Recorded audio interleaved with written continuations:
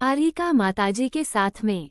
चैत्री पूर्णिमा का संध्याकाल सुनहरे किरणों से खिल उठा था। रोज ही की भांति मैं अपने कमरे की गैलरी में खड़ी होकर सामने बने मंदिर के 3 भव्य और विशाल शिखरों को देख रही थी, जो कि सम्यक दर्शन, सम्यक ज्ञान और सम्यक चारित्र के प्रतीक हैं, और जो मुझे मोक्ष मार्ग की राह दर्शाते हैं। मैंने रोज ही की भांति आंखें बंद करके पंच परमेष्ठी का स्मरण किया, फिर आंखें खोल दी, किंतु आज कोई अपूर्व दृश्य देखने में आ रहा था। आहा! सारे शरीर में झंझनी फैल गई। मन गदगद हो उठा। खुशी के 2 आंसू गालों पर लुढ़क गए। सामने ही आर्यिका माताजी अपने संग सहित चली आ रही हैं। आहा! मेरा सौभाग्य, मोक्ष की साधक माताजी के साक्षात दर्शन हुए। श्रद्धा से मस्तक झुक गया। दोनों हाथ जोड़कर वहीं से शुद्धात्म नमस्कार किया।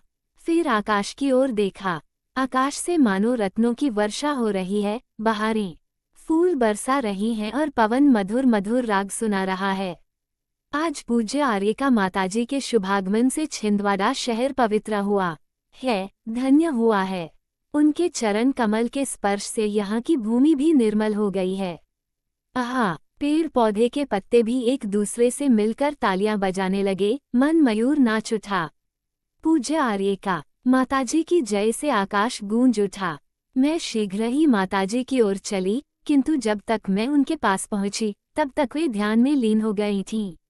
आहा! कितनी शांत और गंभीर मुद्रा थी उनकी। साक्षात वितरागता की मूर्ति को देखकर मैं अपनी आत्मप्यास बुझाऊंगी और मोक्ष के पथ पर चलूंगी। मुझे ऐस बड़ी ही प्रबल भावना जागृत होने लगी। धीरे धीरे कुछ क्षणों के पश्चात वह गोधूली की बेला पर रात्रि ने अधिकार कर लिया। चंद्रमा भी प्रसन्न हो अपनी और अधिक दुधिया चांदनी छिड़ककर माताजी का स्वागत करने लगा। माताजी ने मौन धारण किया। मैं भी उनके निर्मल पैरों में नतमस्तक हो अपने घर लौट आई। रात भर वही शांत गंभीर व वैराग्योत्पादक छवि चलचित्र की तरह आंखों में घूमती रही। प्रातः उनके दर्शन को सभी लोग गए।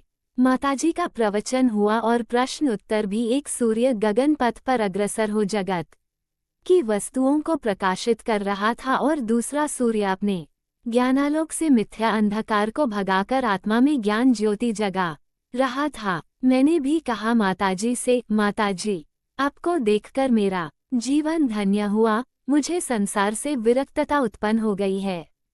संसार में मेरा मन नहीं लगता है।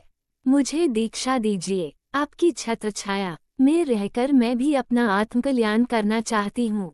माताजी ने अत्यंतु सरल मुद्रा में कहा, बहन, इस समय तुम्हारा दीक्षा लेना योग्य नहीं है। तुम भावावेश में आकर ऐसा कह रही हो। नहीं माताजी, मैं भावावेश में बहकर ऐसा नहीं कह रही हूँ। मैंने कहा। माताजी कहने लगी, हे भव्य आत्मा, सुनो, केवल बाह्य दीक्षा लेने से ही आत्मा का कल्याण नहीं होता। अगर ऐसी दीक्षा लेने से ही मोक्ष होता, तो ऐसी दीक्षा तो तुमने अनंतों बार ली है और स्वर्गादि पद प्राप्त किया है, फिर भी अभी तक मोक्ष क्यों नहीं हुआ? इसका कारण है कि मोक्ष मार्ग की सीढ़ी पर गलत तरीके से नहीं चढ़ा जाता। मोक्ष मार्ग की प्रथम सीढ़ी सम्यक दर्शन है। सम्यक्त्व के बिना जीव चारों गतियों में भटकता रहता है। अगर वह सीधे तरीके से प्रथम सम्यक दर्शन और ज्ञान फिर चारित्र रूपी सीढ़ी पर चढ़े तो अवश्य ही मोक्ष में पहुंच जाए। अतः तुम भी सर्वप्रथम सम्यक दर्शन प्राप्त करो। जैन धर्म का प्रारंभ सम्यक दर्शन से ही होता है। लेकिन माताजी, मैंने तो आज तक ऐसा सुना है कि व्रत, तप, दान, पूजा आदि प्रशस्त राग करो, वही मोक्ष के कारण हैं। इससे हमें आगे उत्तम कुल मिलेगा, सच्चे देव गुरु शास्त्र का निमित्त मिलेगा और फिर हम मोक्ष प्राप्त कर सकते हैं। मैंने कहा, अहो, मात्र प्रशस्त राग का उपदेश देकर और उसको मोक्ष का साधन दिखाकर वे बहुत बड़ी भूल करते हैं, क्योंकि ऐसा प्रशस्त राग तो हमने अनंत बार किया है और स्वर्गादि पद भी प्राप्त किया है। पूर्व में भी ऐसा प्रशस्त राग किया था, जिसके कारण आज तुम्हें पांचों इंद्रियां व मन मिला, मनुष्य पर्याय मिली, उत्तम ज्ञान कुल मिला, सच्चे देव गुरु शास्त्र का निमित्त भी मिल गया। सभी कुछ तो मिल गया है। शुभराग की भूमिका पर तो तुम पहुँचे हुए ही हो और पहले भी कई बार पहुंच चुके हो। अब इसके आगे क्या करना है सो समझो। अगर अभी भी शुभ राग को ही मोक्ष मार्ग मानकर, इसे अच्छा समझकर इसी में अटक जाओगे तो मिथ्यात्व का सेवन करके संसार में ही भटकते रहोगे, क्योंकि प्रशस्त राग भी तो कषाय है न। कषाय आत्मा का विकार है। अगर आत्मा कषाय से भिन्न अपने ज्ञान स्वभाव को भूलकर इसी राग में रस लेने लगेगा तो उसके भीतर का अपूर्व अध्यात्म तत्व छिपा ही रह जाएगा। तब फिर उसे मोक्ष कैसे मिल सकेगा। पहले हम कह चुके हैं कि सम्यक दर्शन मोक्ष का बीज है, और इस बीज की प्राप्ति किसी भी प्रकार के राग से कभी होती नहीं। मोक्ष मार्ग और राग दोनों बिल्कुल विपरीत हैं। हाँ, जो कुदेव आदि को पूजते हैं, भक्ष्य अभक्ष्य का कुछ भी विचार नहीं करते हैं, पाप से धर्म मानते हैं इत्यादि, ऐसे जीव को प्रशस्त राग का उपदेश देकर और सत्यमार्ग दिखाकर पाप कार्य से छुड़ाना चाहिए। अशुभ की अपेक्षा शुभ अच्छा है, लेकिन शुद्ध की अपेक्षा दोनों ही हेय हैं। आग चाहे चंदन की लकड़ी की हो या नीम की लकड़ी की, वो तो जलाने का ही काम करती है। इसी प्रकार शुभ और अशुभ दोनों प्रकार का राग तो त्याज्य ही है। सर्व राग रहित चैतन्य भाव है, उसमें ही शांति व सुख है। मैंने कहा, हाँ माताजी, आप बिल्कुल सही कहती हो। अतः आप ही बताइए कि मुझे अब क्या करना चाहिए। पहले तुम्हें तत्व का सत्य निर्णय करना चाहिए, क्योंकि सर्वप्रथम वस्तु स्वरूप की यथार्थ पहचान करके सम्यक दर्शन प्राप्त करना है। माताजी ने कहा, धन्य हो माताजी, भाग्योदय से आज आपका दर्शन हुआ और सच्चा आत्महित का उपदेश प्राप्त हुआ। आपने सूखे हुए खेत को अमृत जल से सींचकर हरा भरा कर दिया है। माताजी, सम्यक्त्व के लिए आपके साथ ही रहकर वैराग्यपूर्वक अपना जीवन व्यतीत करूंगी और आपकी सेवा करके कृतकृत्य होऊंगी, तथा आपके सत्समागम से मैं जरूर भेद ज्ञान की कला सीखूंगी। मैंने कहा, माताजी के आहार का समय हो गया था। बहुत उमंग और उत्साह से मैंने पड़गाहा और आहार दिया। मेरे ये हाथ भी आहार देकर पवित्र हुए। हृदय सुख सागर में डुबकियां लगाने लगा।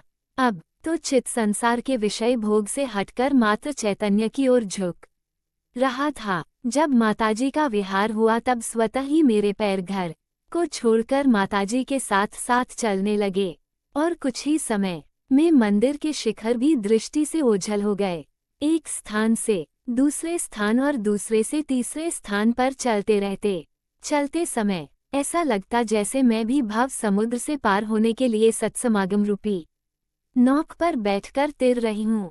जब भी चर्चा होती है तब अपने ज्ञायका स्वभावी आत्मा की, चैतन्य की, वितरागता की, वस्तु स्वरूप आदि की अत्यंत ही मीठी मधुर व रसीली चर्चा होती है।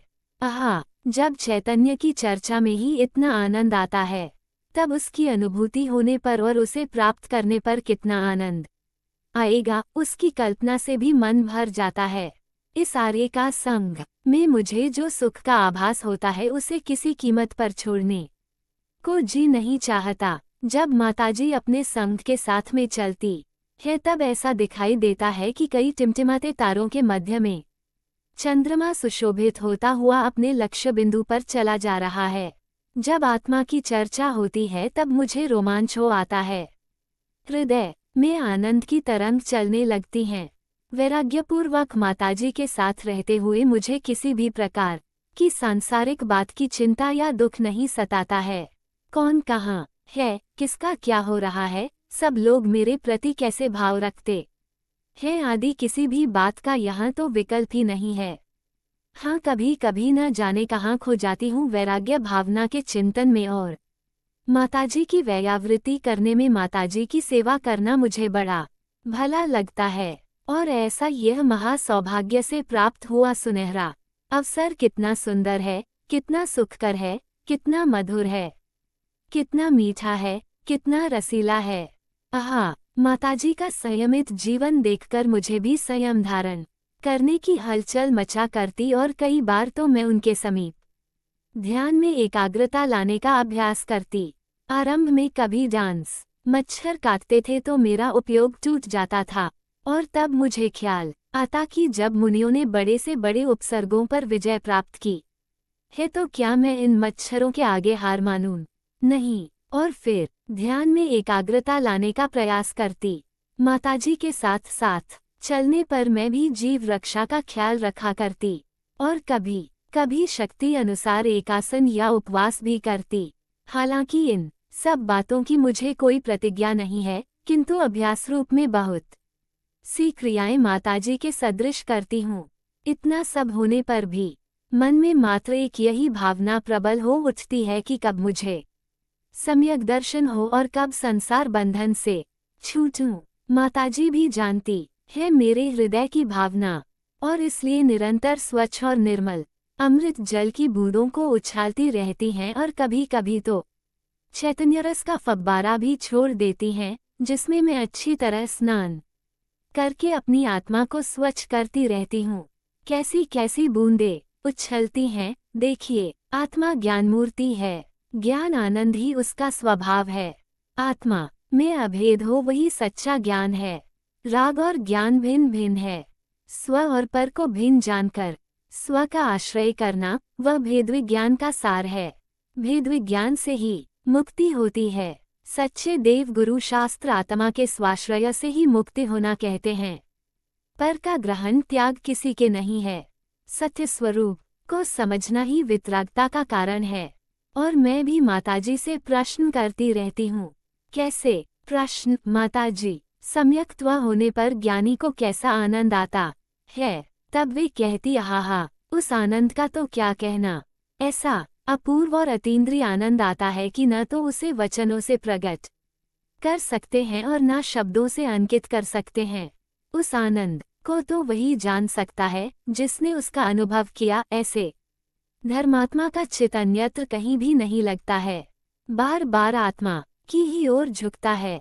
माताजी, सत्यधर्म के श्रवण के पश्चात भी मुझे अभी तक सम्यक्त्व क्यों नहीं होता? बहन, सत्यधर्म के मात्र श्रवण से ही सम्यक्त्व नहीं होता। श्रवण आदि के पश्चात आगे बढ़ने के लिए ग्रहण, धारणा और निर्णय करके आत्मा के चिंतन का अभ्यास करना चाहिए और स्वानुभव प्रकट करके मोक्ष का दरवाजा खोल देना चाहिए। जीव का मात्र यही महान कर्तव्य है। उद्धरण चिन्ह। इस प्रकार माताजी के साथ प्रसन्नचित्त से स्वानुभवों की चर्चा करना मुझे अत्यंत प्रिय लगता है। अब मेरा जीवन निरंतर तत्व की चर्चा में मग्न हो शांतिपूर्वक व्यतीत हो रहा है। माताजी की ध्यानस्थ शांत मुद्रा और सामायिक की अवस्था से मुझे बहुत प्रेरणा मिलती रहती है। चैतन्य तत्व की कोई अद्भुत महिमा दिखती है। इस प्रकार आर्य का माताजी के साथ चलते चलते मैंने अनेक तीर्थों की यात्रा भी की। माताजी तीर्थ स्थानों में बार बार मुझे आत्महित की विशेष प्रेरणा देती हुई मेरा उल्लास बढ़ाती थी और स्वानुभूति का मार्ग दिखाती थीं। माताजी के साथ साथ रहने पर मेरे ज्ञान में भी बहुत कुछ निर्मलता होने लगी।